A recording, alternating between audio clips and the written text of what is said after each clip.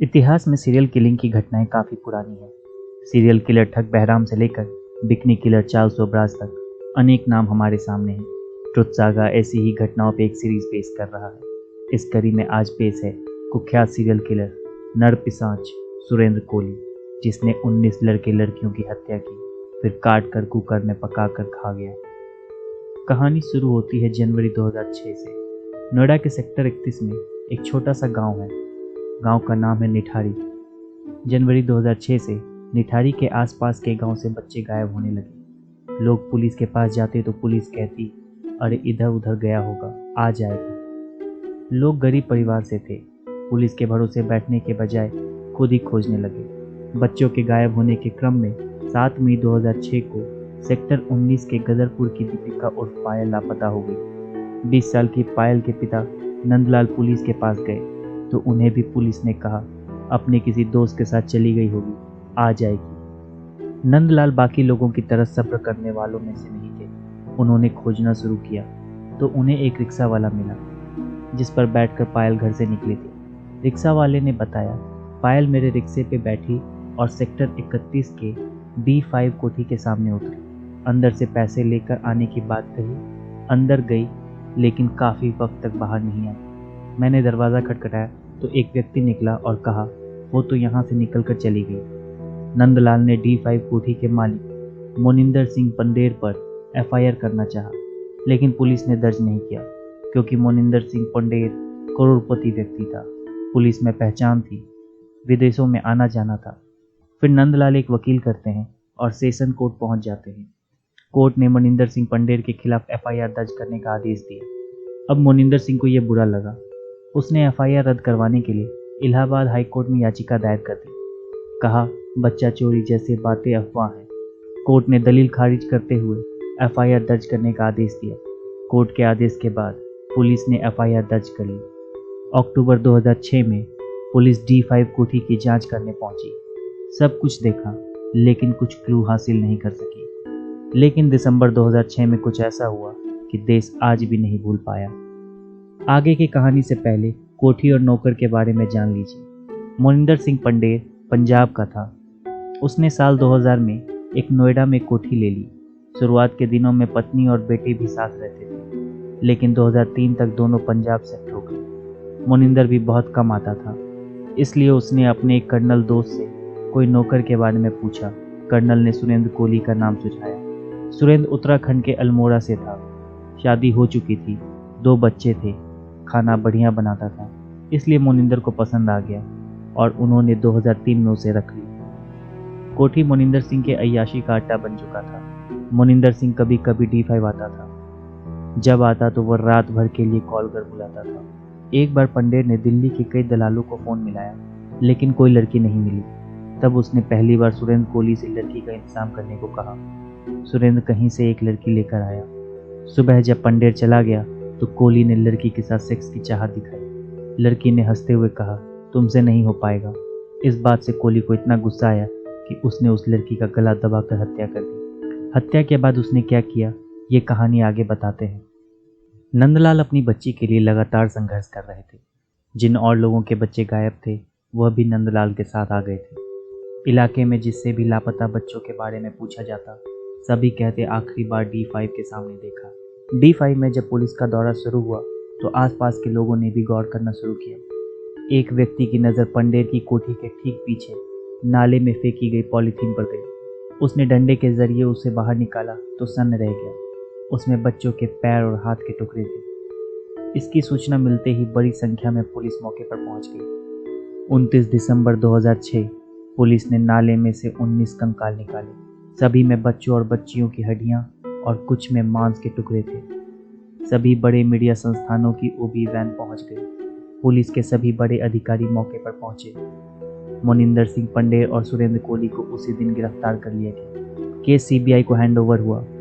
30 दिसंबर को एक बार फिर से नाले में लोग उतरे तो उन्हें 40 ऐसे पैकेट मिले जिसमें सिर्फ मानव के अंग भरे थे। अजीब ये कि किसी में भी गर्दन से लेकर पेट तक का हिस्सा नहीं था।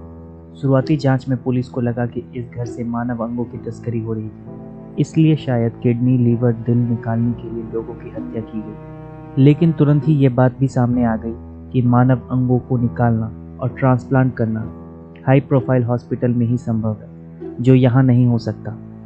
पुलिस अब हत्या के मामलों को तलाशने में जुट गई। पुलिस ने पूछताछ शुरू की तो मोनिंदर सिंह पंडेर इस बात को मानने को तैयार नहीं था कि उसने किसी बच्चे की हत्या की है। उस वक्त के सीएम मुलायम सिंह यादव ने प्रशासन को जल्द से जल्द खुलासा करने का आदेश दिया। 5 जनवरी 2007 को पुलिस ने मोनिंदर सिंह पंडेर और कोली को लेकर गुजरात के गांधीनगर पहुंच गई। यहाँ उनका नार्को टेस्ट हुआ। इसके बाद 10 जनवरी को सीबीआई और पुलिस ने दोनों से पूछताछ के लिए एक गुप्त जगह चुनी। ऐसा इसलिए करना पड़ा क्योंकि दोनों को लेकर जनता में बहुत गुस्सा था। 25 जनवरी 2007 को गाजियाबाद में ऐसा ही हुआ था। फिलहाल हम पूछताछ में जो हुआ उसे बताते हैं। एक कमरे में सुरेंद्र कोली को बैठाया गया। 4 पुलिस वाले उससे पूछने लगे।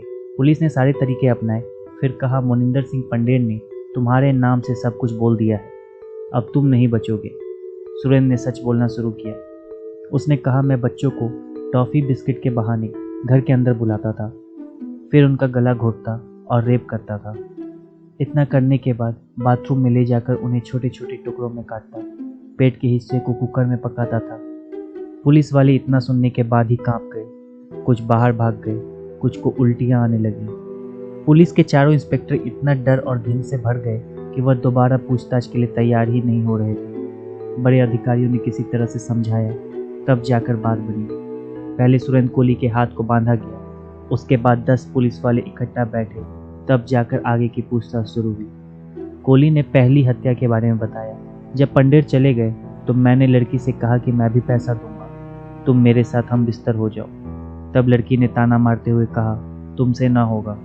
इससे मुझे गुस्सा आ गया और मैंने कत्ल किया, फिर रेप किया और उसकी बॉडी को काट कर कुकर में पकाकर खाया। पुलिस ने मोनिंदर सिंह पंडेर और सुरेंद्र कोली के खिलाफ कुल 17 मामले दर्ज किए।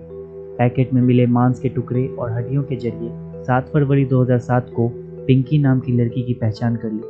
8 फरवरी को दोनों ही आरोपियों को 14 दिन की सीबीआई कस्टडी में भेज दिया गया। मई 2007 में सीबीआई ने रिम्पा हल्दर नाम की लड़की की किडनैपिंग, रेप और मर्डर मामले में जो चार्जशीट फाइल की, उसमें पंडेर को बरी कर दिया। जुलाई में अदालत की फटकार के बाद सीबीआई को पंडेर को भी कोली के साथ आरोपी बनाना पड़ा। 2009 से अब तक 12 बार फांसी का फैसला सुनाया गया।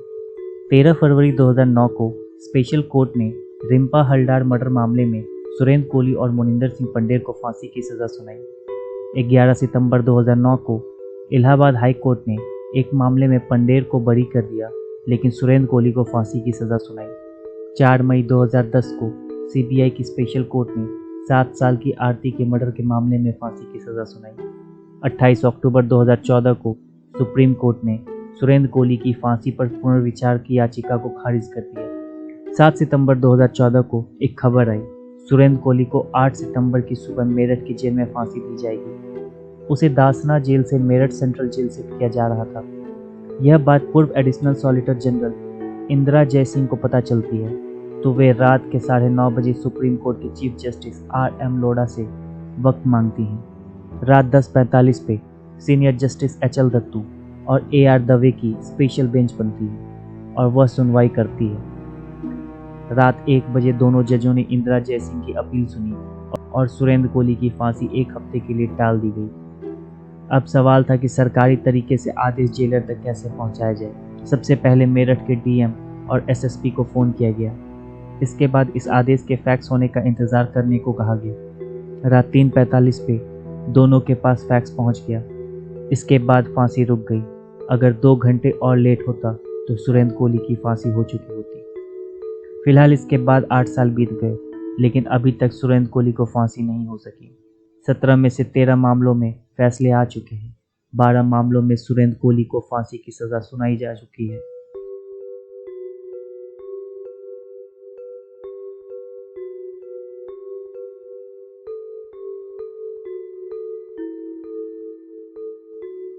अगर वीडियो अच्छी लगी हो तो प्लीज़ लाइक करें, शेयर करें, सब्सक्राइब करें और ऐसी वीडियोस के लिए। अगर आपका कोई सुझाव है तो हमें ईमेल करें डिस्क्रिप्शन में दिए गए ईमेल पर।